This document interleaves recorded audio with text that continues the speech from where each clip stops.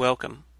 I'm Sebastian Mahfood, and you're listening to WCAT Radio, the on-air wing of En Route Books and Media, bringing you the dulcet sounds of Catholic wisdom. Welcome to The Open Door. Jim Hannick here with good friends Mario Ramos-Reyes and Christy Yao. Let's begin with prayer. Come, Holy Spirit, fill the hearts of your faithful and kindle in them the fire of your love. Send forth your Spirit, and they shall be created, and you will renew the face of the earth. Let us pray. Lord, by the light of the Holy Spirit, you have taught the hearts of your faithful. In the same Spirit, help us to relish what is right and always rejoice in your consolation. We ask this through Christ our Lord. Amen. Today, we'll focus on democracy. Pope Pius XII, in a notable Christmas, and we're in the Christmas season, in a notable Christmas address in 1944. Grim times then, grim times now. A Christmas address in 1944, Pius XII asked just what democracy is and what kind of person will need to make it possible. We'll begin today with the first of his two questions. And I'm going to put it to Mario. What is democracy? Good morning, Jim. Good morning, Christy.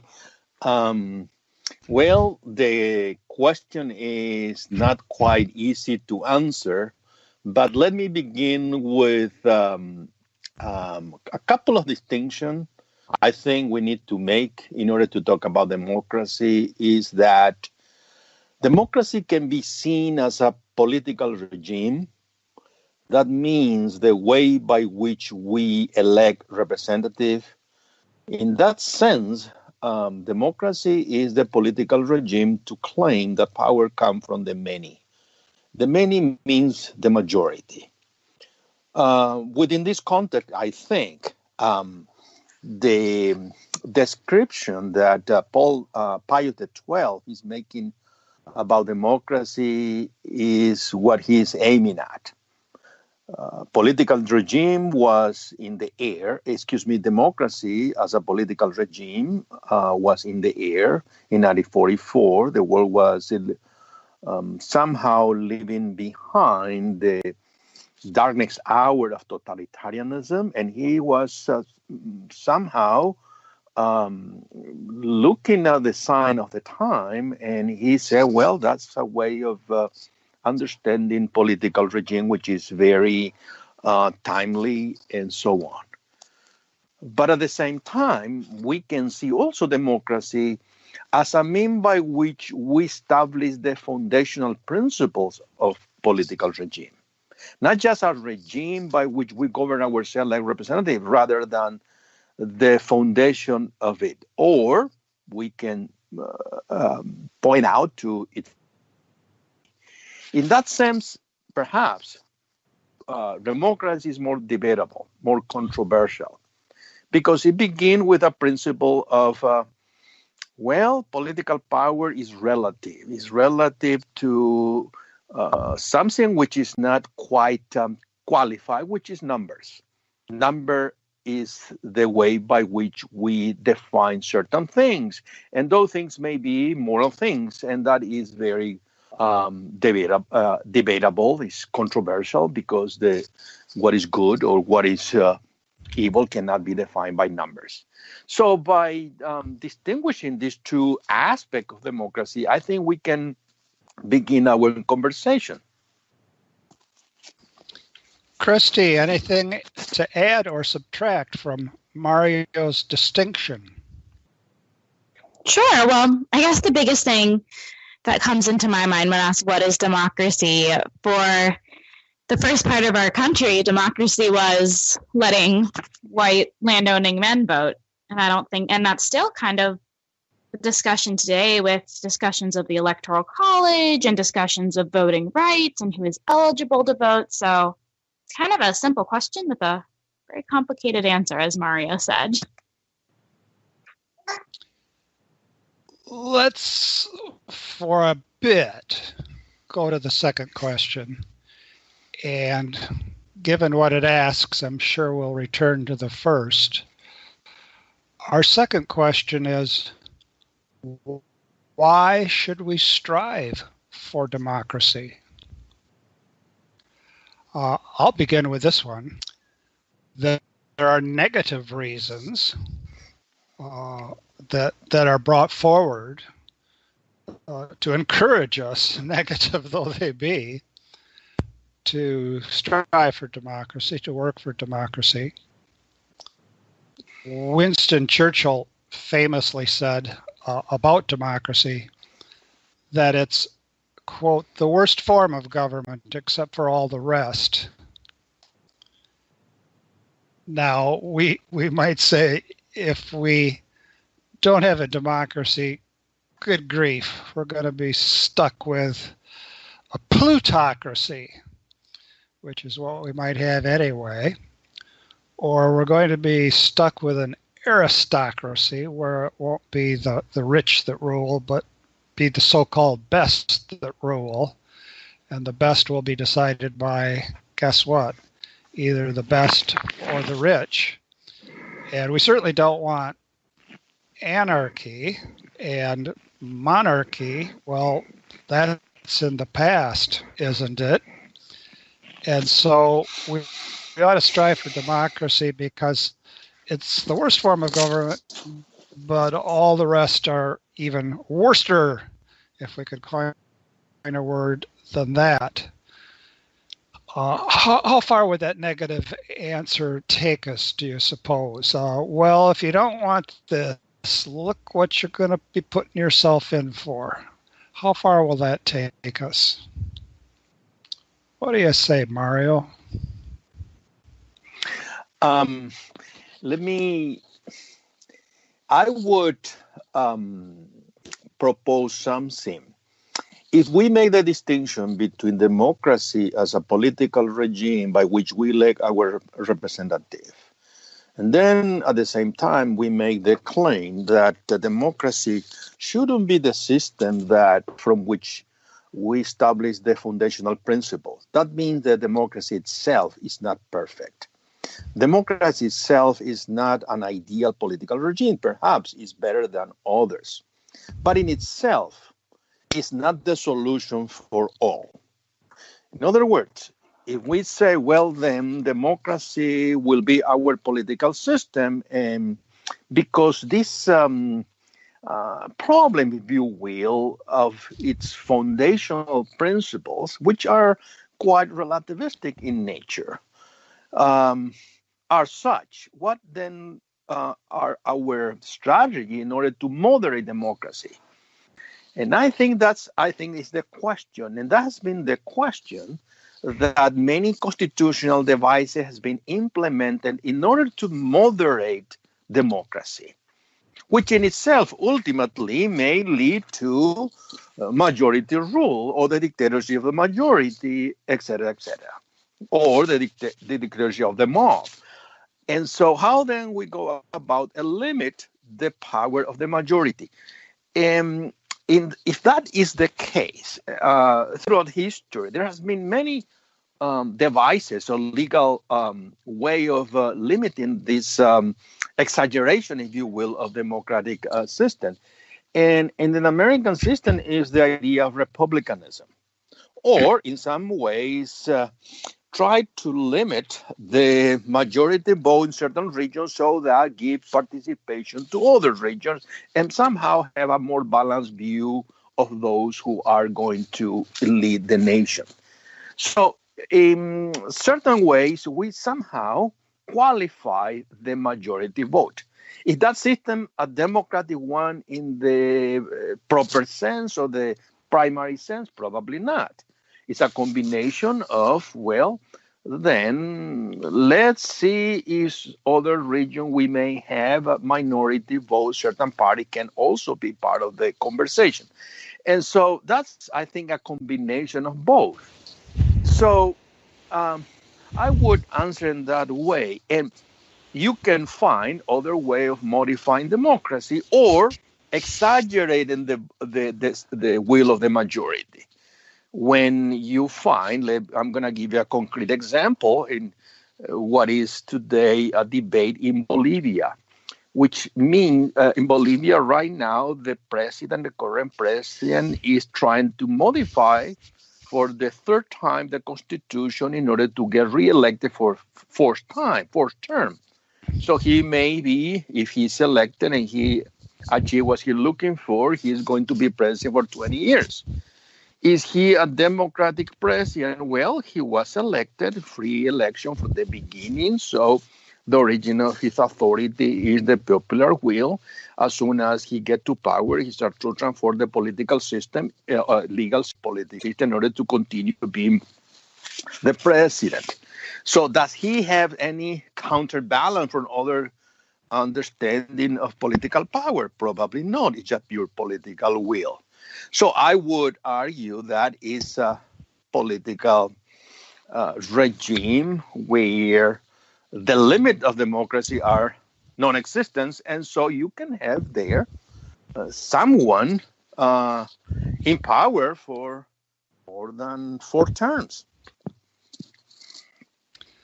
Let me, and I think this is connecting with what you're saying, Mario, and once again, I appreciate the reference to a different country in your mentioning the situation in Bolivia. Suppose we have at one extreme universal direct democracy, and we might even imagine it, and I know your love of technology.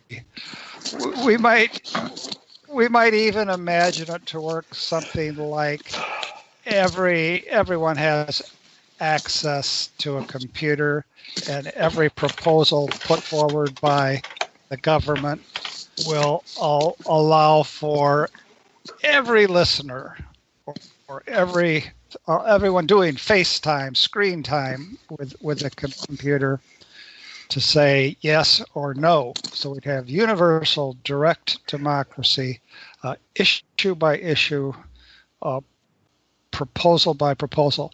That would be democracy, or at least we might consider it as such for our purposes.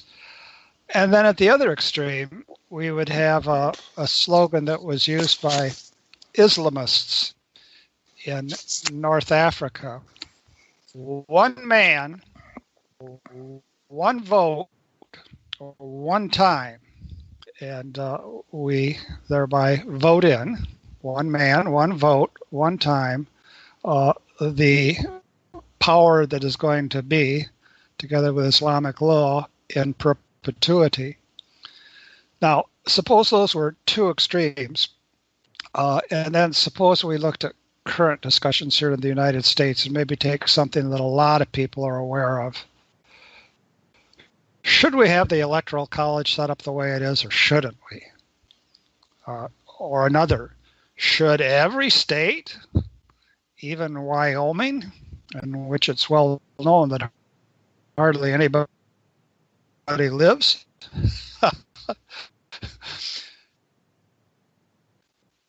the only state. Should it be that Wyoming should have 2 senators? Why? And somebody might make out a case. It might be a good case that yes, we should have equal representation for small states, at least at some level.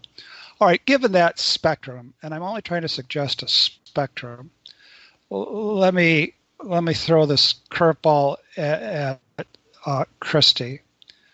What sorts of structuring we might call immediate direct democracy? What sort of structuring do you think makes sense? What sort of structuring doesn't make sense? and feel free to imagine different possibilities. Sure. So I wish I had an easy answer for you. I do not. I was thinking about how I was in Ireland last May when they were having a referendum on legalized abortion.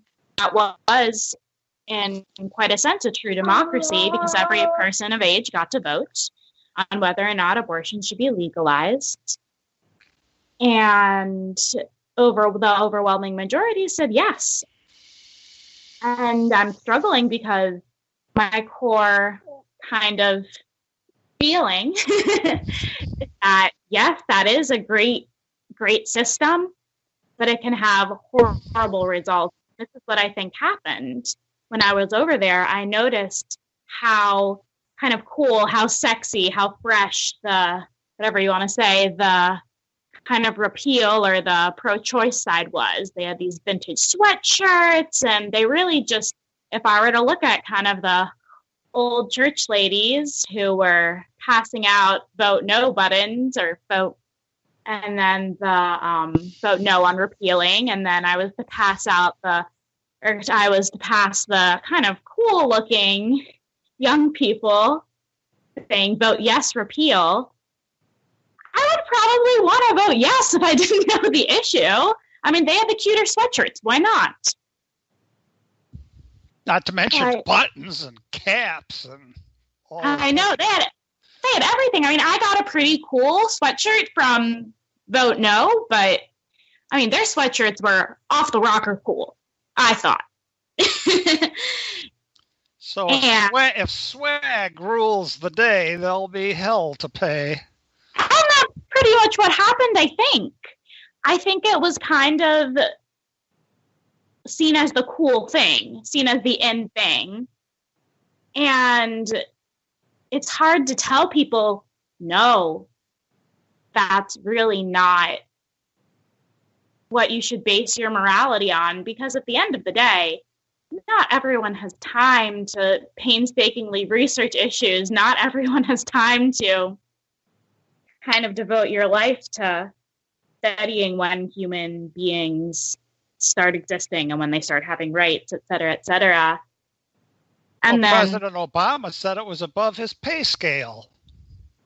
Well, there you go. I thought that was Trump. Did Obama say that too? No, Obama said that in a discussion with Pastor Rick Warren. Oh. Baby Andrew has some intense thoughts on that. Yes. I thought Trump was slow down. I think he's saying my time is up. Next question. Well, suppose somebody says, look, most people are average. Otherwise, average wouldn't be average. And our problems, our serious problems, require more thought than the average person can give them. And not only is it a matter of being average in terms of analytic power and cognitive skills, most people are average when it comes to doing the right thing. Sometimes they do the right thing, sometimes they don't do the right thing. And Catholics, why those Catholics, they even have something called purgatory, with the idea that, yeah, there are saints and we should be saints and you can be a saint. But if you're not a saint yet, if you're more along the lines of an average sort, so long as you're not a hopeless lost cause, well, there's purgatory for you. And so if intellectually average people lots of times aren't in a position to make the right decision, and if morally lots of times average people aren't in a position to make the morally best choice, why would we want democracy? And then we get back to Churchill. Well, it's the worst form of government you could think of, given what average people are like, except all the other forms are worse than the worst. Is that what we're stuck with? I mean, maybe your Irish referendum case suggests that. I think if anyone ever has a chance to listen to the soundtrack of the musical Bloody Bloody Andrew Jackson, it addresses this pretty well. There's a line where they're having a meeting discussing who the next president will be and saying, well, we don't really want the people to decide. There's a line saying, they're still drunk and smell like pee. Do we really want a governor or a president from the state of Tennessee?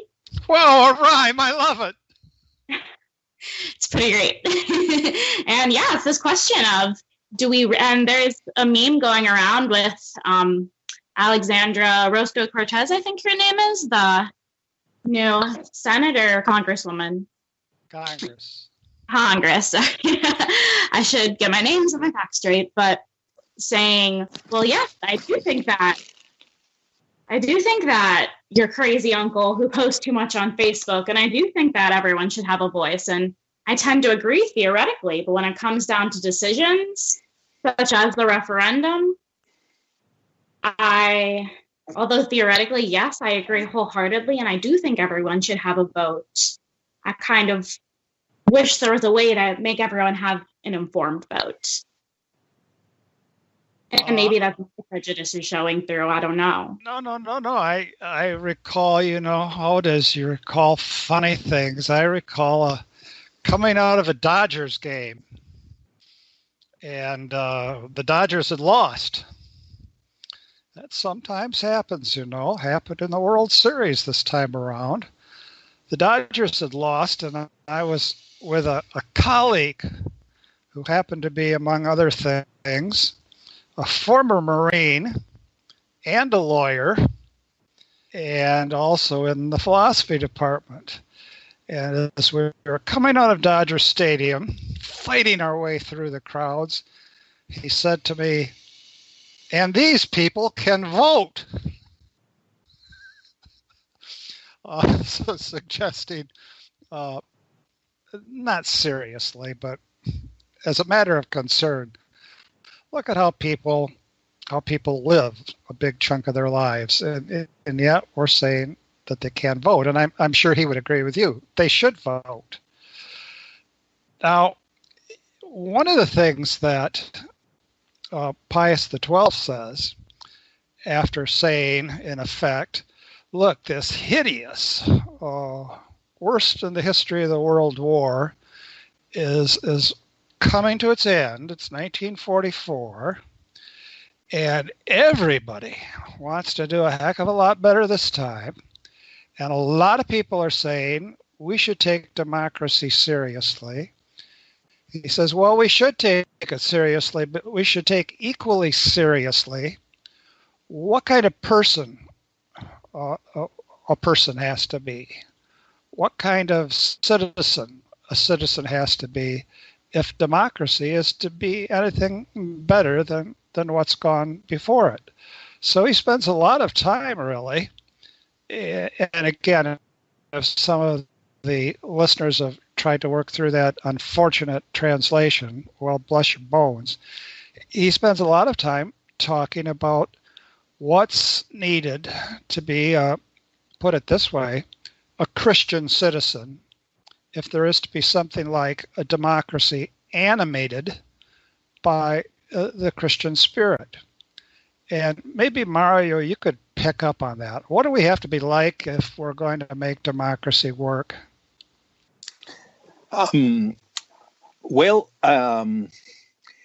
Perhaps we can connect these before answering your question. I think when I make the distinction between democracy and political regime, democracy as foundational political principles, what I was suggesting is that there is an unqualified notion of democracy.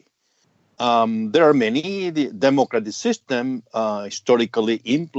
which historically has been implemented throughout history.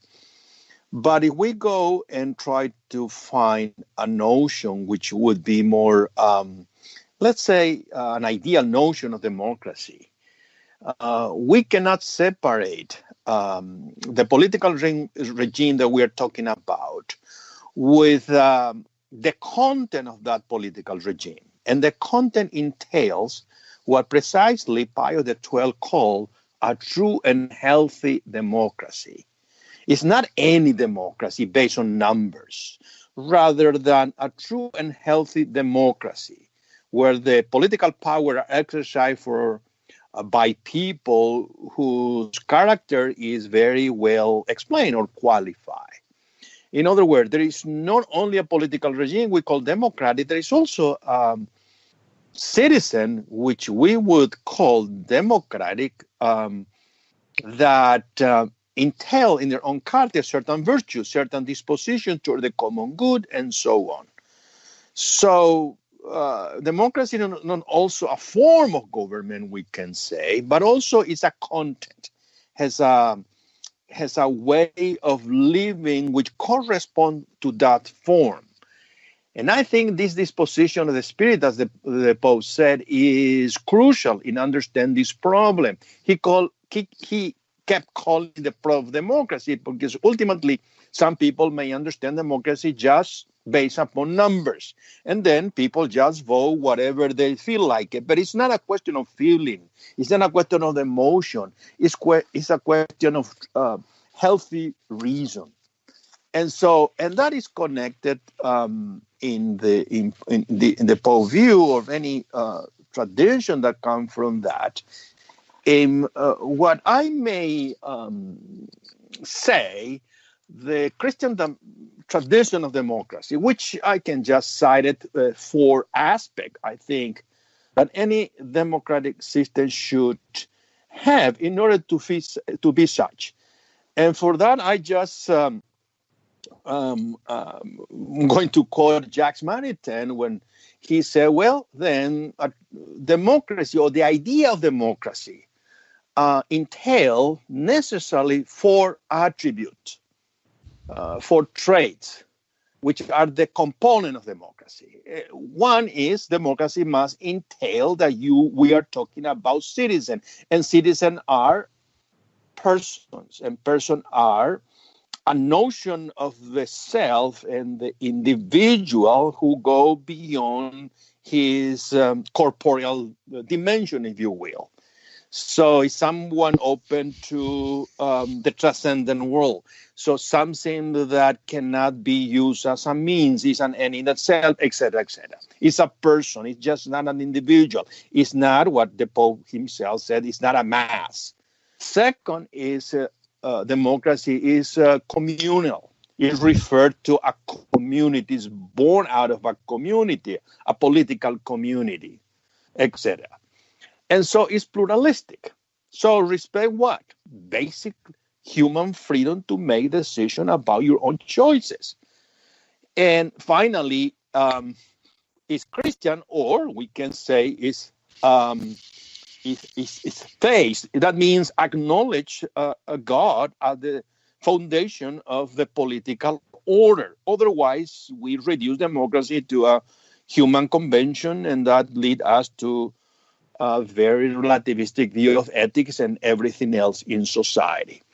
So these are basically what we may call the norm of democracy, the true and healthy democracy. Now, we may have other characteristic or property of democracy which are not similar to this. And that is what may causing us some concern in contemporary political system. In other words, democracy, which instead of being founded on a transcendent God, is just the decision of the majority, and so on.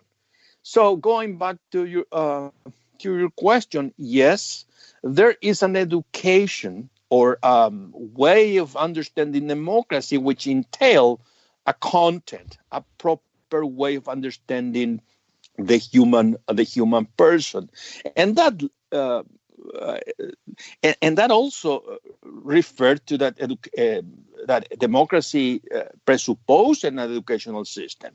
It doesn't just happen because we choose certain things, rather than it's based upon what is nurtured us. And I think that is the view in general that the Pope is proposing us.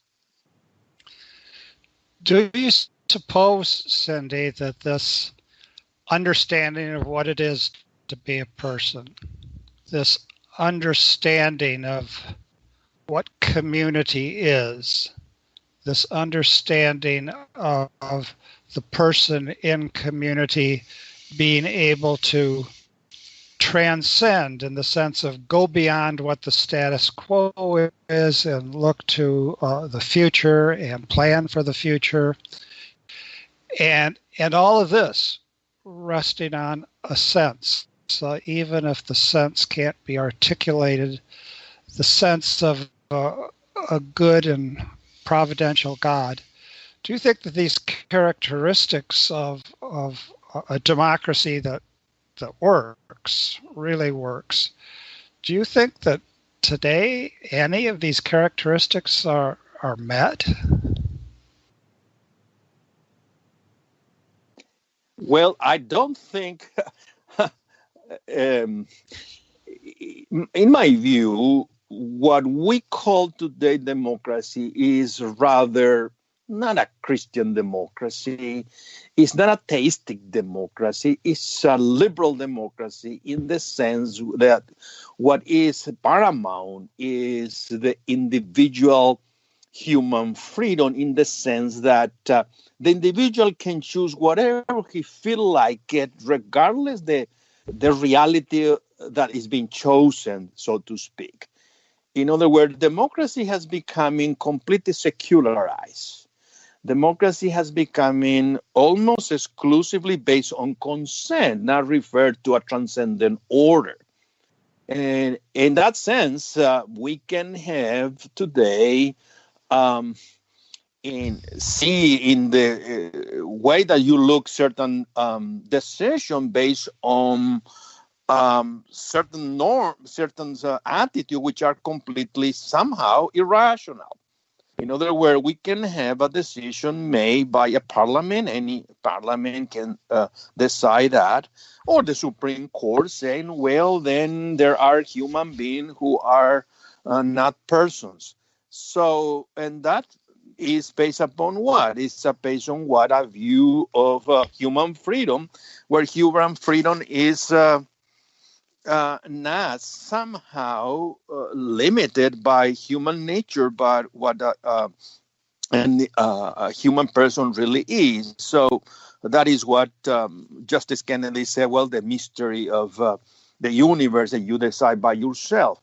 So if that are the content, that are the feature of contemporary democracy, we are not, we are far, I think, quite far away from this idea of democracy. That is why I said from the beginning, these are what Maritain called the ideal feature of democracy. He's not saying, well, these are the content of concrete political system, which we call democratic.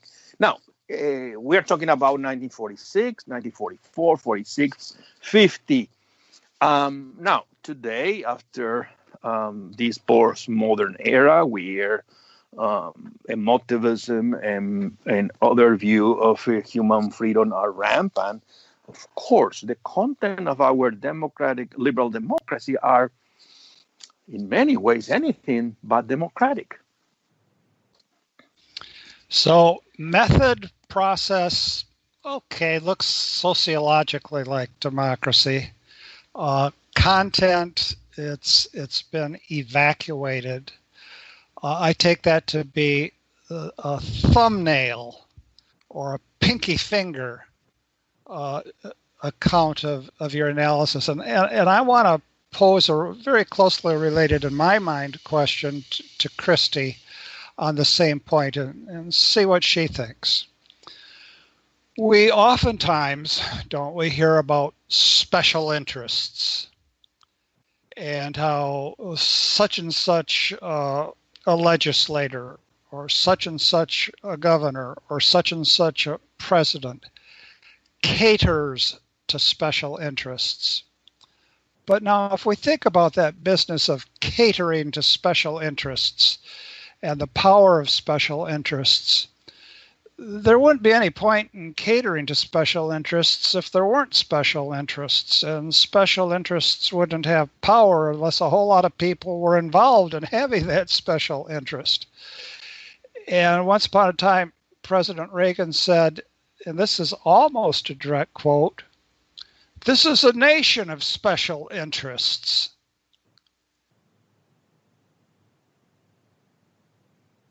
Now, what Mario's saying is, if the citizens of a procedural democracy operate in terms only of their special interests, the democracy won't be much better than any other form of failed government. So, Christy, do most of us vote and participate politically on the basis of special interests? Or do we have broader interests than simply our own? I'm not sure exactly kind of what are you referring to, like, I guess under the table? Well, special interests can be very much on the table. The people in the National, Rifle Association, NRA, they make it real clear what their interests are, and the people involved in Planned Parenthood make it real clear what their interests are, and the various chambers of commerce around the country make it very clear they're all too anxious to make public what their interests are. And the idea is support our plans, or because of our power, we will undercut your possibility of surviving in the political sphere, in the political life. Now, are we, for the most part, ourselves, trying our very best to find our own special interest and push it? Or are we can we even talk about looking for something more than our special interests? And I know that oftentimes these special interests are assailed rhetorically, but sometimes they're not assailed. Sometimes they're spoken of in a very positive sense, such as law enforcement community, or the religious community, or the business community. So in terms of public rhetoric, we have X, sometimes described as a special interest and sometimes described as a community. And to try to give some point to my question, to sharpen the question, do we even try to get past our special interests, our chosen communities, and look to the transcendent common good?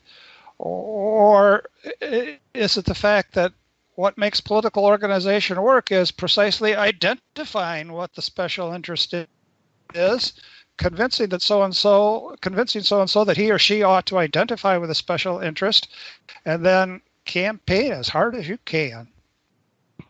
Sure. So I actually ran into this question last week at a regional pro-life conference where I was representing the American Solidarity Party, and a woman came up to our table and said, "You know what you should be doing?"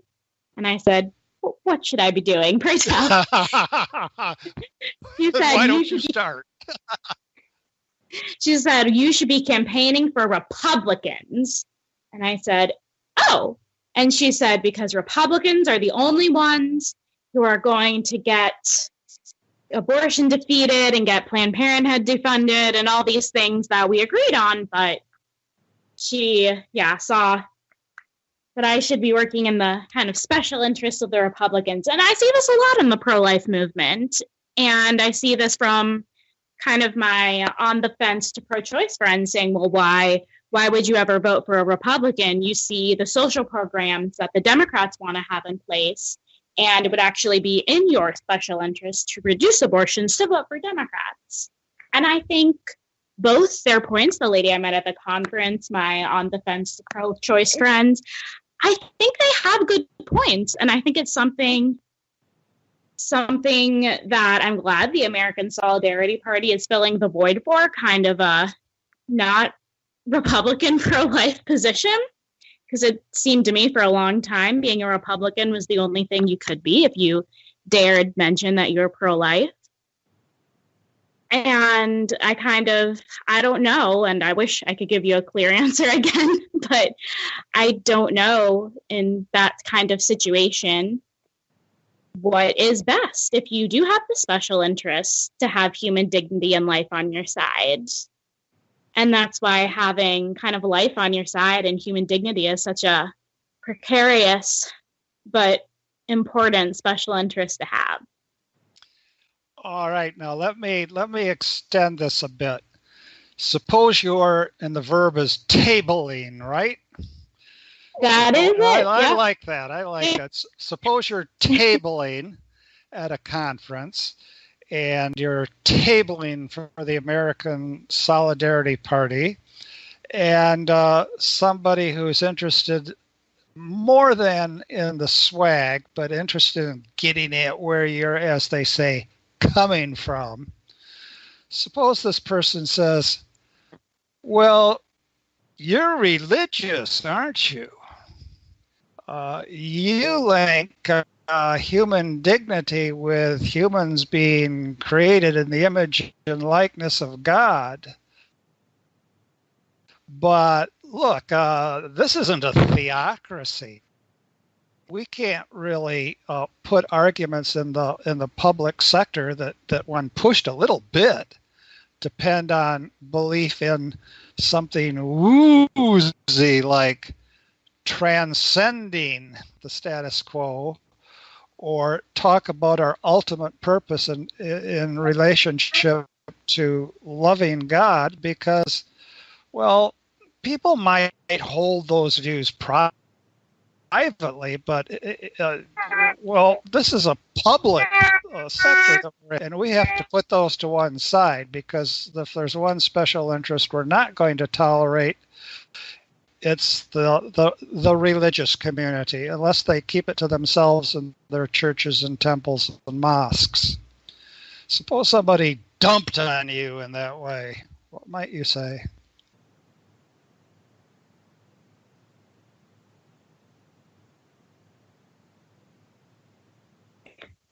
I got my mic on. Okay, you're back. Go for it. I'm back.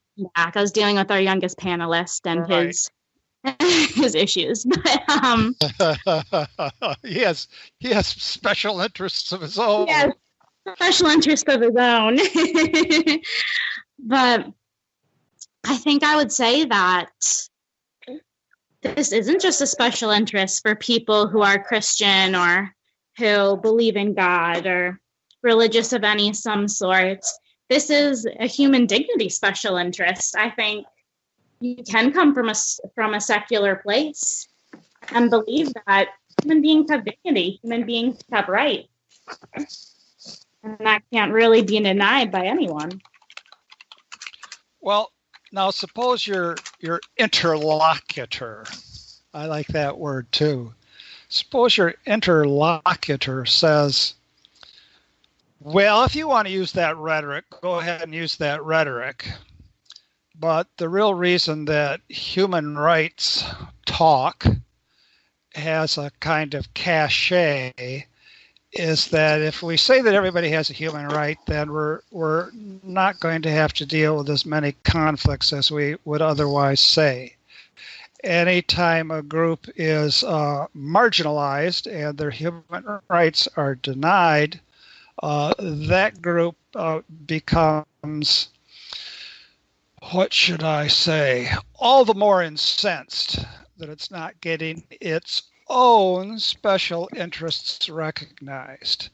So we'll give everybody the human rights ticket, but all that means is that we're going to count everybody, and all that means is really, in terms of our commitments, it sure doesn't mean we believe in God or transcendence. It just means that unless we count everybody, there's going to be civil disorder at this level or that level, and this way or that way.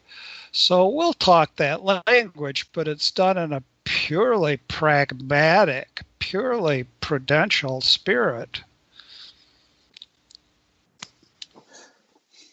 I don't know, Mario, do you want to jump in and table with that interlocutor? Well, this is, I think, something we can start thinking also. Are we going to start talking about democracy, special interests, from what I would call a pragmatic principle of unity based on numbers? Or are we going to begin discussing about democracy based upon a proposal, which is not exclusively based on numbers? In other words, I'm just thinking here, come to my mind what the American philosopher Richard Rorty said once, that, and quote, I think is almost verbatim the quote, democracy precedes philosophy, end quote.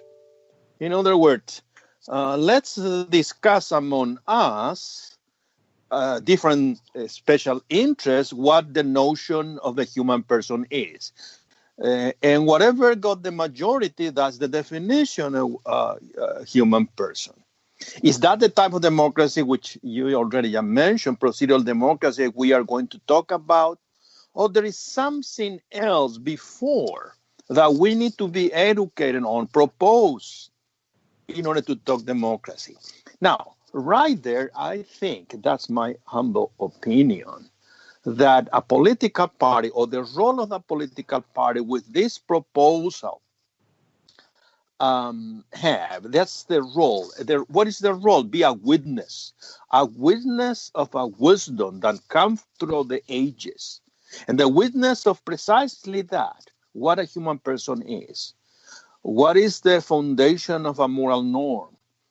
Is democracy only based on the majority, or is a political regime which entails something other than pure consent? There is something there that we can measure human decision or political decision based upon not just the positive laws, or some natural law, some prescription, which somehow serve as a guide of the decision of the political regime.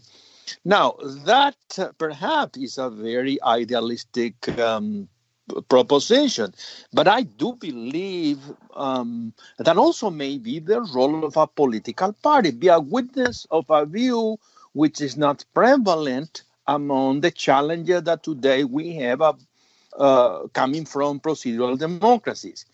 And so I wouldn't focus exclusively tabling on one exclusively interest group, rather than this is a more comprehensive, if you will, view of democracy.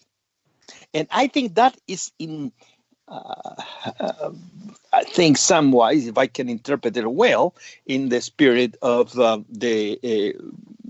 message of Pius XII. Do you suppose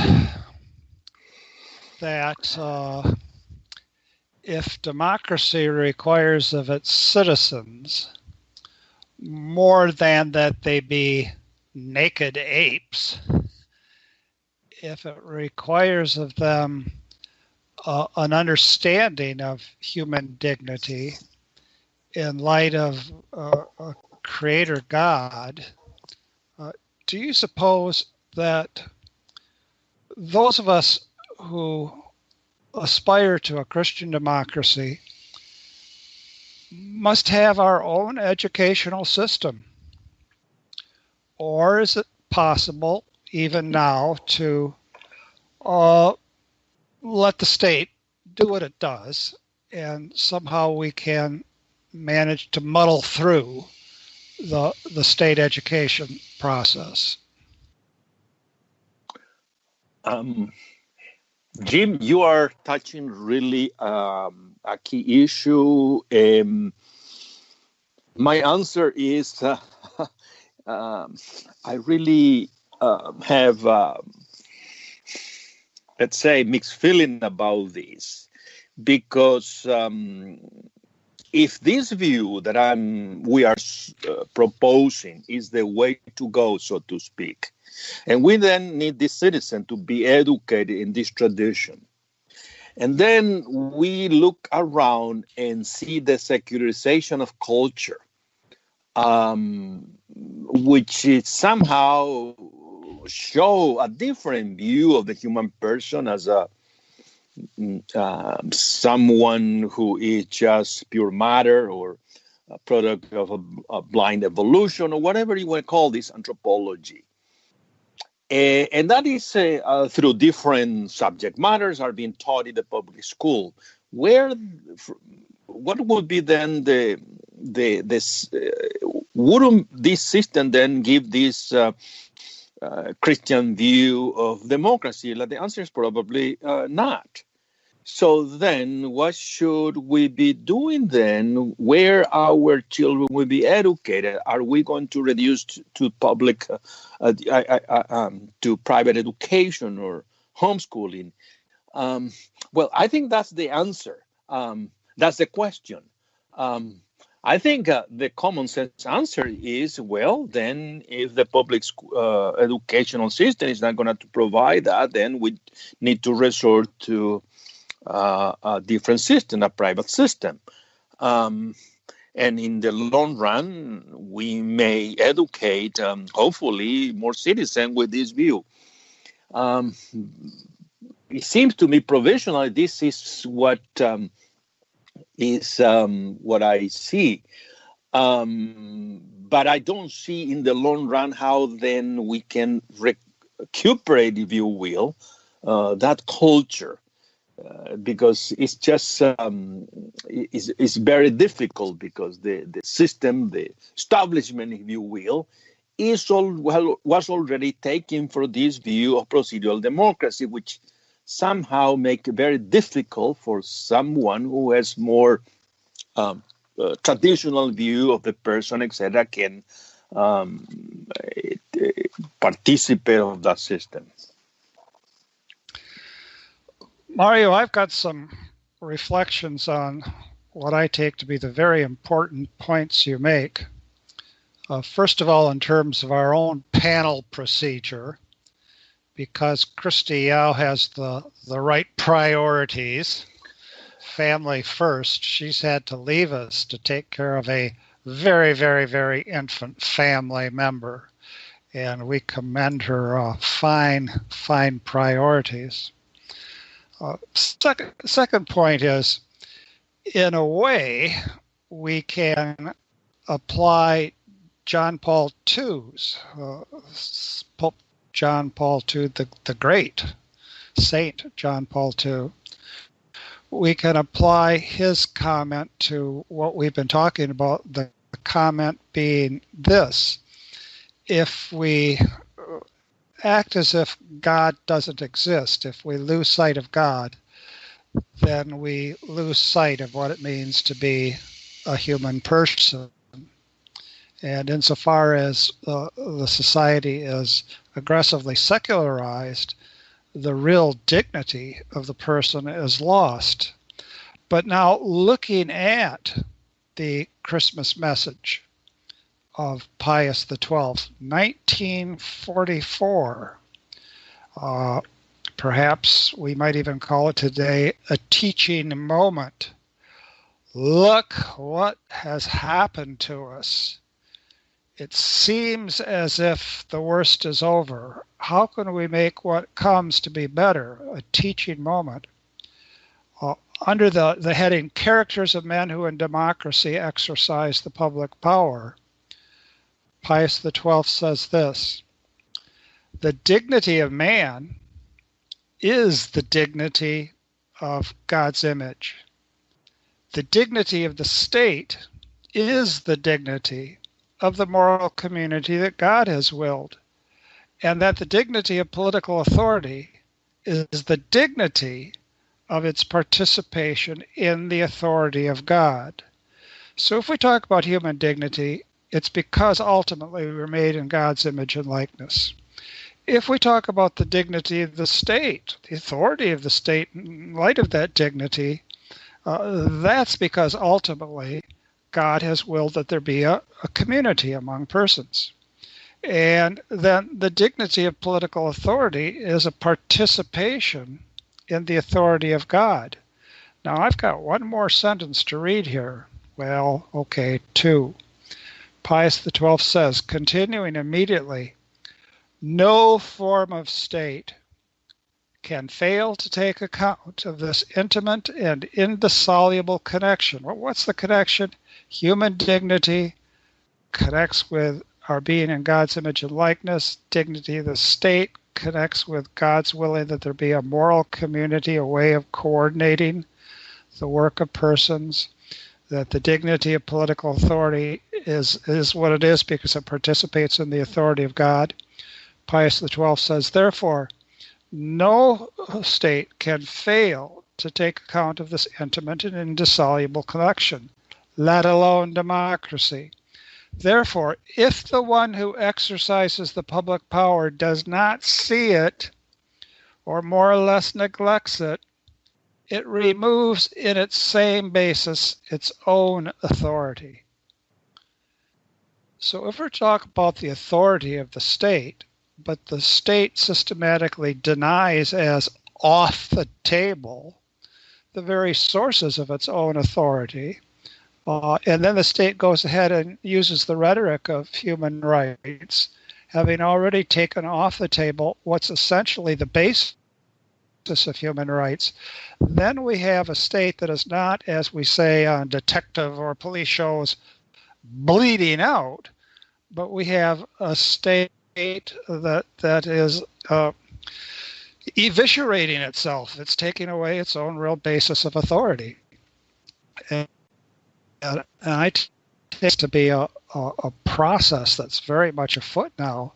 And insofar as the state is undermining its own authority, one of the results is there's less and less civic regard for the state through and through in every sector.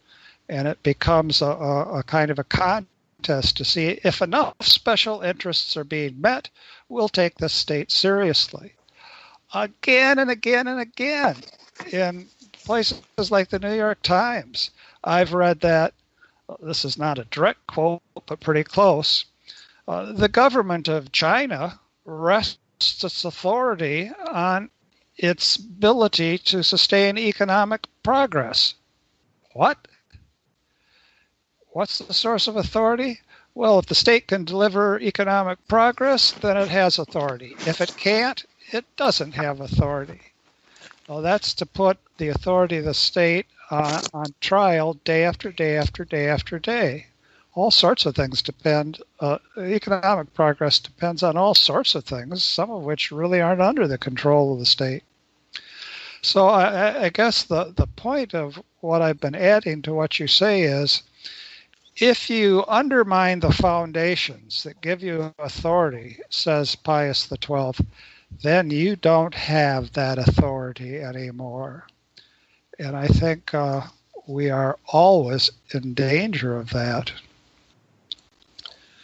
We're at our last couple of minutes here. I would like to close with a brief prayer, but Mario, any final thought? Well, a final thought, I think, and you already insinuated that.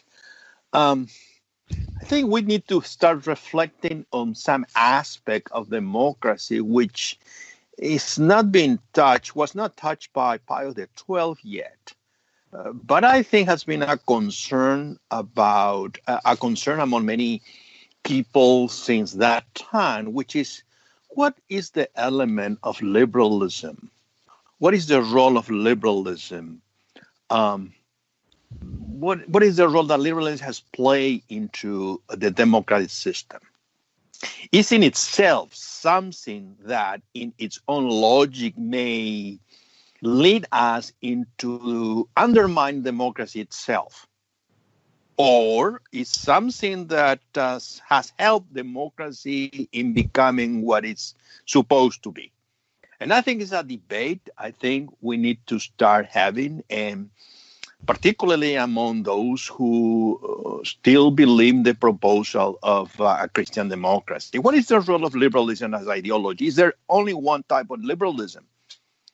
Was the founding father liberalism really in this tradition or not? I think that's come to my mind, and I think that is a very important issue. And have you publicly committed yourself to constructing questions and texts for a panel on that very topic? Say yes. Say yes. Yes. All right. We'll close then with a prayer, and this is a devotional prayer. This is from today's liturgy. It's from the Gospel according to Matthew. As Jesus passed by, 2 blind men followed him. Well, they could be us, right? As Jesus passed by, 2 blind men followed him, crying out, "Son of David, have pity on us." When he entered the house, the blind men approached him, and Jesus said to them, "Do you believe that I can do this?" "Yes, Lord," they said to him. Then he touched their eyes and said, "Let it be done for you according to your faith." And their eyes were opened. Jesus warned them sternly, "See that no one knows about this." But they went out and spread the word of him through all that land. The Gospel of the Lord. Come, Lord Jesus, come. Thank you, listeners. Thank you, panel members. We'll be back, same time, next Friday. We hope you enjoyed the program and will join us back for another show on WCAT Radio. This is Sebastian Mahfood. Good day.